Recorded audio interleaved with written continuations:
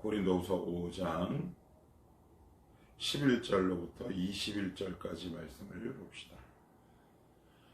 5장 11절로부터 21절입니다. 우리는 주의 두려우심을 알므로 사람들을 권면하거니와 우리가 하나님 앞에 알려졌으니 또 너희의 양심에도 알려지기를 바라노라. 우리가 다시 너희에게 자천한 것이 아니요 오직 우리로 말미암아 자랑할 기회를 너희에게 주어 마음으로 하지 않고 외모로 자랑하는 자들에게 대답하게 하려 하려는 것이라. 우리가 만일 미쳤어도 하나님을 위한 것이요 정신이 온전하여도 너희를 위한 것이니 그리스도의 사랑이 우리를 강권하시는도다. 우리가 생각하건대 한 사람이 모든 사람을 대신하여 죽었은즉 모든 사람이 죽은 것이라. 그가 모든 사람을 대신하여 죽으심은 살아있는 자들로 하여금 다시는 그들 자신을 위하여 살지 않고 오직 그들을 대신하여 죽었다가 다시 살아나신 이를 위하여 살게 하려 함이라. 그러므로 우리가 이제부터는 어떤 사람도 육신을 따라 알지 아니하노라. 비록 우리가 그리스도로 육신을 따라 알았으나 이제부터는 그같이 알지 아니하노라.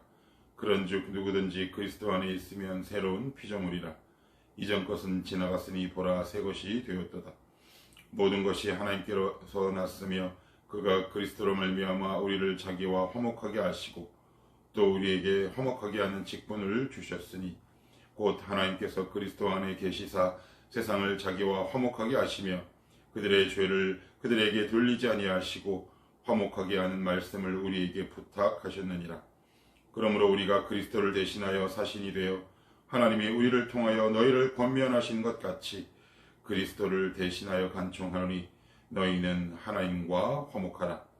하나님이 죄를 알지도 못하신 이를 우리를 대신하여 죄로 삼으신 것은 우리로 하여금 그 안에서 하나님의 의가 되게 하려 하심이라. 아멘. 고린도 후서 5장 11절에서 21절까지 말씀은 내가 너희들에게 다시 낸 추천서, 나 자신을 위한 추천서를 내가 보내고 싶지는 않다. 이제 말이 조금 우리의 정서와는 조금 결이 좀 달라서 그런데 이게 무슨 말이냐면 내가 다시 가는 것보다 이미 내가 너희에게 전한 그 복음이 너희들에게 있기 때문에 내가 다시 뭐 추천서를 써서 내 자신이 있던 이러한 사람이다 나를 알리고 뭐 설교하고 이런 일들을 아주 그만하려 한다. 그들을 무시하거나 미워해서가 아니라 이미 너희에게 복음이 있기 때문에 내가 이러한 일들을 반복해서 하지 않겠다. 이제 그렇게 이야기를 하고 있는 내용이 이제 첫 번째고요. 또한 두 번째는 이 모든 일, 내가 너희들에게 가서 설교하고 전도하고 참고 이 모든 것들은 내 힘으로 하는 것이 아니라 바로 그리스도의 사랑, 그것이 나를 강제로 권한다. 밀어내는 거죠. 우리를 그리스도의 사랑이 어딘가로 자꾸 이렇게 밀어붙이는 겁니다. 바로 그리스도의 사랑 때문이었다. 이렇게 말씀을 하고 있고요. 또한 마지막으로는 너희들은 이제 새로운 피조물이다. 날마다 새로워져야 한다. 바로 그 말씀을 하고 있는데 우리 구체적으로 한번 살펴보도록 하십시다. 1절에 보시면 우리는 주의 두려우심을 알므로 사람들을 권면하거니와 우리가 하나님 앞에 알려졌으니 또 너희의 양심에도 알려지기를 바라노라. 하나님께서 참 두려우신 분인데 그렇기 때문에 우리가 너희들에게 전하는 말씀을 전할 때 굉장히 주의하고 조심했다라는 말씀입니다. 그리고 그것이 또한 사람들과 너희들에게 양심에 잘 이제 아로새겨졌으니 내가 다시는 너희들에게 가지 않겠다. 그것이 12절 내용입니다. 우리가 다시 너희에게 자천하는 것이 아니요 오직 우리로 말미암아 자랑할 기회를 너희에게 주어 마음으로 하지 않고 외모로 자랑하는 자들에게 대답하게 하려 하는 것이라. 너희들에게 신김받은 말씀, 그것은 외모로 할 수 있는 것들이 아니라 하늘로부터 내려온 것들이다. 그렇게 말을 하고 있습니다. 이제 14절 말씀을 보시면 그리스도의 사랑이 우리를 강권하시는 도다. 그래요. 그리스도의 사랑이 나를 강권하시는도다. 사도 바울의 모든 사역의 핵심은 바로 그리스도 사랑이라고 보시면 좋을 것 같아요. 이건 비단 사도 바울에게만 해당될 수 있는 건 아니고요. 우리에게도 동일하게 적용할 수 있는 대원칙과 같은 것이다. 이제 이렇게 말씀드릴 수 있을 것 같아요. 제가 지난주 주일 설교 서두에 이렇게 말씀을 드린 적이 있는데, 은혜와 율법의 가장 중요한 차이, 그것은 율법은 해야 한다. 그런데 은혜는 거기서 더 한 걸음 나아가서 하고 싶다. 사도 바울은 부담감과 동시에 이 하고 싶은 마음들, 자원하는 마음들이 굉장히 넘쳤던 사람이에요. 그리스도의 사랑이 나를 강권하시기에 내가 어떻게 절제할 수가 없다. 이 말씀을, 이 복음의 기쁨을 내가 안전하고 싶어도 내 안에서 이 불꽃 일어나는 것처럼 일어나는 이 그리스도의 사랑이 나를 험지로 몰아내고 복음을 전하게 하고 헌신하게 하는 중요한 신앙의 가장 뿌리다. 바로 그 말씀이 14절에 나와 있는 말씀입니다. 그리스도의 사랑이 우리를 강권하시는도다. 하나님의 사랑, 그리스도의 사랑이 우리를 자꾸 강제로 권하죠. 물론 외부적인 압력, 부담감도 포함되는 말씀이기도 하지만 사도 바울은 해야 한다라는 거기서 더 나아가 하고 싶다라는 마음으로 늘 모든 일을 처리하고 행동했던 사람이다. 이렇게 보시면 좋을 것 같아요. 해야 한다라는 당위와 책임감에서 우리는 좀 벗어날 필요가 있는 거죠. 우리의 힘으로는 어려워요. 이 말씀에도 보시면 그리스도의 사랑이라는 단어가 나오잖아요. 사람의 사랑이 아니라 내 안에서 자생적으로 일어나고 피어나는 사랑이 아니라 하늘로부터 내려오는, 외부에서 들어오는 신령한 사랑을 얘기합니다. 이것이 우리 가운데 이렇게 넘쳐나면 흐를 수밖에 없고요. 그것이 나의 삶과 여러 가지 다양한 행동 양식으로 드러날 수밖에 없는 거죠. 쉽게 얘기하면 뭔가를 자꾸 하고 싶어지는 겁니다. 하나님의 사랑이 내 마음에 들어오면 뭔가를 자꾸 하고 싶어 해요. 이것도 하고 싶고 저것도 하고 싶고 이렇게 하나님 앞에 질문도 하고요. 그래서 제가 그런 말씀도 아울러 드렸습니다. 그래야 우리의 신앙이 조금 덜 힘들다. 아니, 더 신앙이 풍요로워질 수 있다. 오늘도 그리스도의 사랑이 저와 여러분을 강권하십니다. 그 사랑 안에 들어오라 이렇게 말씀합니다. 거기에만 평안과 기쁨과 희락, 자유, 하늘로부터 내려오는 신령하고도 다양한 은사들이 바로 그 지점에 있는 거겠죠. 우리의 인생은 그리스도의 사랑이 강권하는 인생입니다. 그것으로 인해 우리가 살아갈 수 있는 목적이 바로 거기 있을 겁니다. 너 왜 살아? 누군가 이렇게 질문을 한다면 하나님이 나를 사랑해서 살아.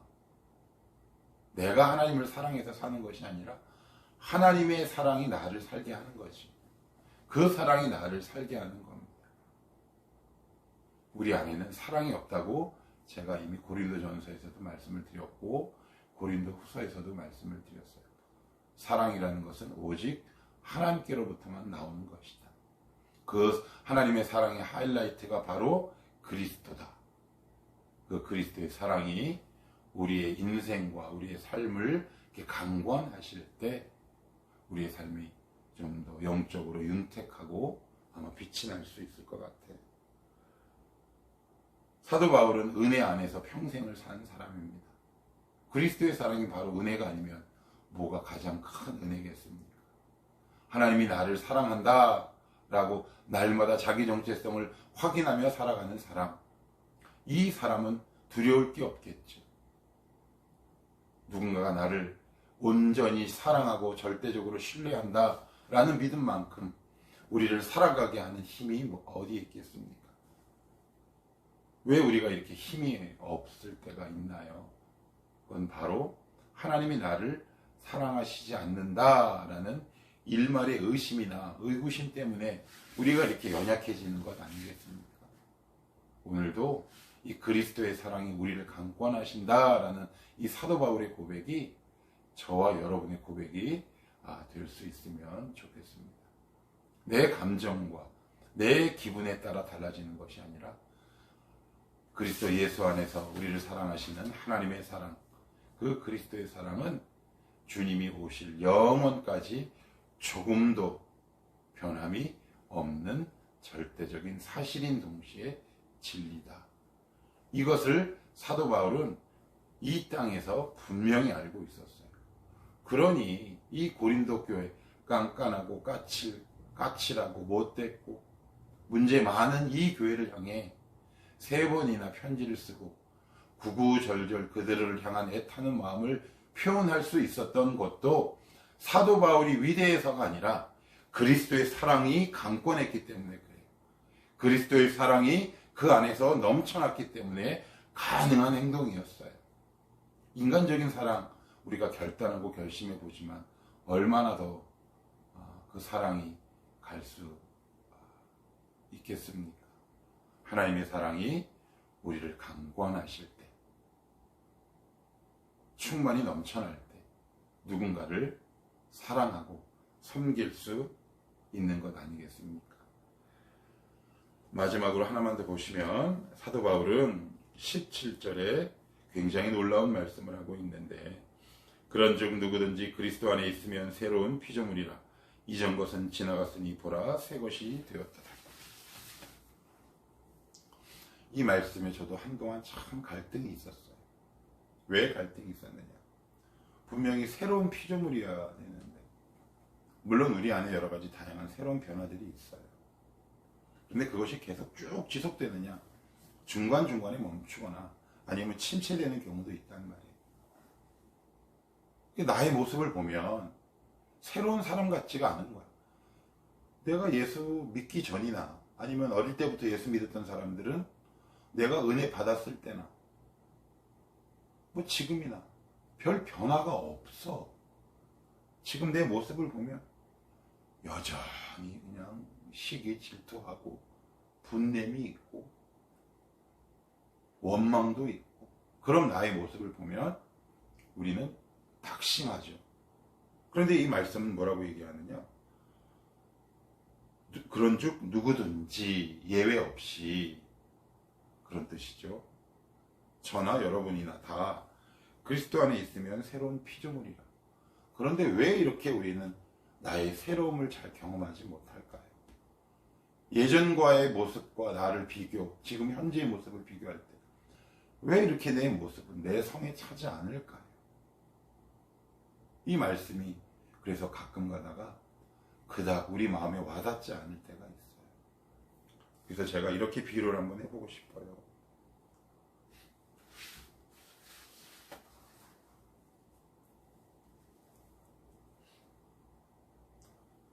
한 번은 제가 휴가 때 차를 렌트해서 휴가를 갔다 온 적이 있어요.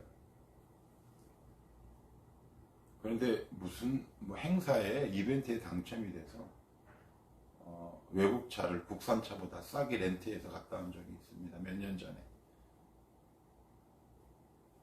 그런데 그냥 마크만 외제차지 별 좋은 줄 모르겠는 거야. 이벤트만 아니면 국산 차보다 훨씬 더 비싼 가격인데 운전하면서도 굉장히 툴툴거렸어요. 썬루프 하나 있는 거 말고는 그닥 차이가 없더라고요. 그런데 하루, 이틀, 사흘째 되니까 좋은 차라는 것을 알겠더라고요. 첫째, 주행 중에 안정감이 굉장히 좋았고요. 그리고는 그 차 안에 딱 탔을 때 이전에 제가 타던 차와는 급이 다른 여러 가지 좋은 기능들이 곳곳에 있는 거예요. 내가 차를 오랫동안 타보지 않았기 때문에 이 차가 새 차인지 좋은 차인지 나에게 인지가 안 되고 감각이 되지 않는 거죠. 우리는 여전히 성경은 말하기를 새로운 피조물이다 라고 이야기했는데, 왜 우린 그런 새로움들이 전혀 느껴지지 않을까요? 우리는 새로운 피조물이라는 이 낯선 차를 탔어요. 이전 것과는 전혀 달라요. 사용 방법도 달라요. 모양도 달라요. 방향도 달라요. 타본 적도 없고 본 적도 없는 새 차를 탔어. 근데 그냥 좋대. 그래서 탔어. 그런데 이전에 타던 차와 별 차이가 없어요. 왜요? 사용법을 모르니까.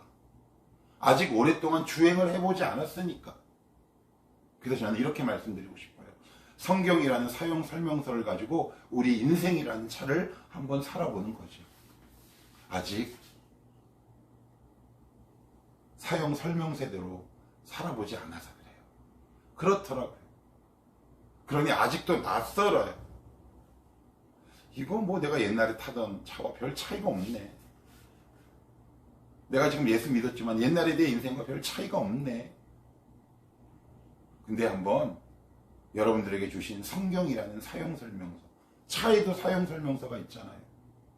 우리 인생에도 사용설명서가 있단 말이죠. 그것을 보고 내 인생을 한번 살아보는 거죠. 주행을 나가보는 거예요. 이 인생이라는 긴 여정을 무엇대로? 말씀대로.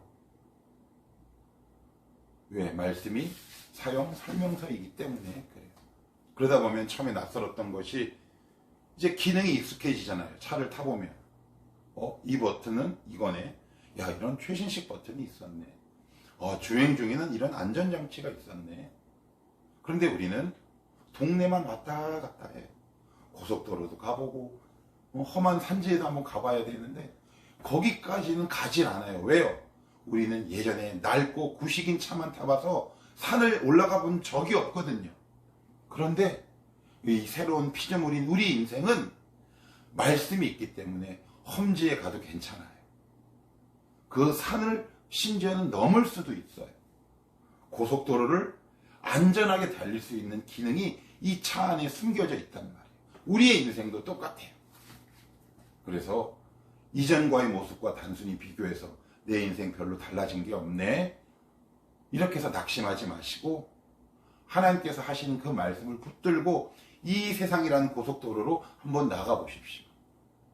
우리 인생이 성능이 얼마나 놀랍고 대단한가. 우리 안에 있는 예수 그리스도라는 이 기능이 얼마나 아름답고 우리를 안전하게 하고 존귀하게 하는지 한번 사용해 보십시다. 그럴 때 내가 정말 새로운 피조물이었구나. 내가 이 탄 차가 정말 좋은 차였구나.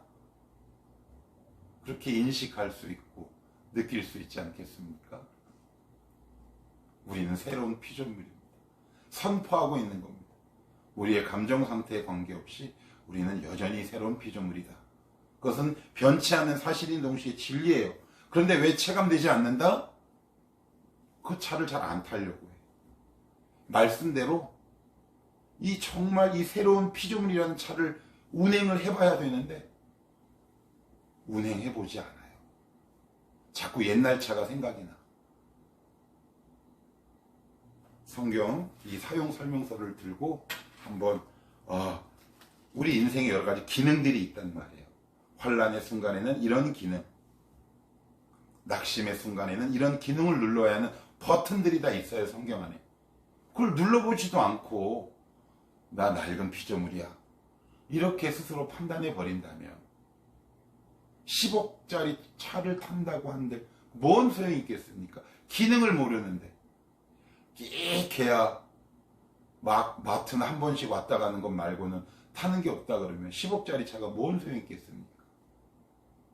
우리 인생이라는 차를 한번 잘 운행해 봅시다. 거기서 우리를 날마다 새롭게 하시는 하나님의 새로운 기능과 역사들과 은혜들이 우리의 삶 속에서 중간중간에서 튀어나올 겁니다. 그것을 경험하고 체감할 때 이 변치 않는 진리를 나의 삶 속에서 비로소 느낄 수 있다. 이렇게 말씀드리고 싶네요.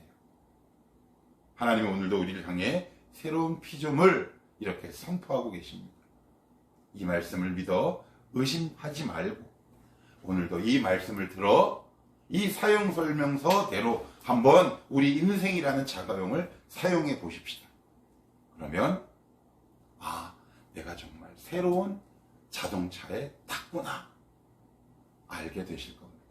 그 경험이 우리의 인생에 누적될 때 이 새로운 차에 대한 고마움, 구원에 대한 고마움, 감격이 얼마나 커지겠습니까? 이것들을 단순한 지식과 머리로만 습득하는 사람들이 아니라 우리의 삶 속에 새로운 피조물임을 경험하고 느끼는 하나님의 은혜와 역사들이 많아지기를 주님의 이름으로 축복합니다.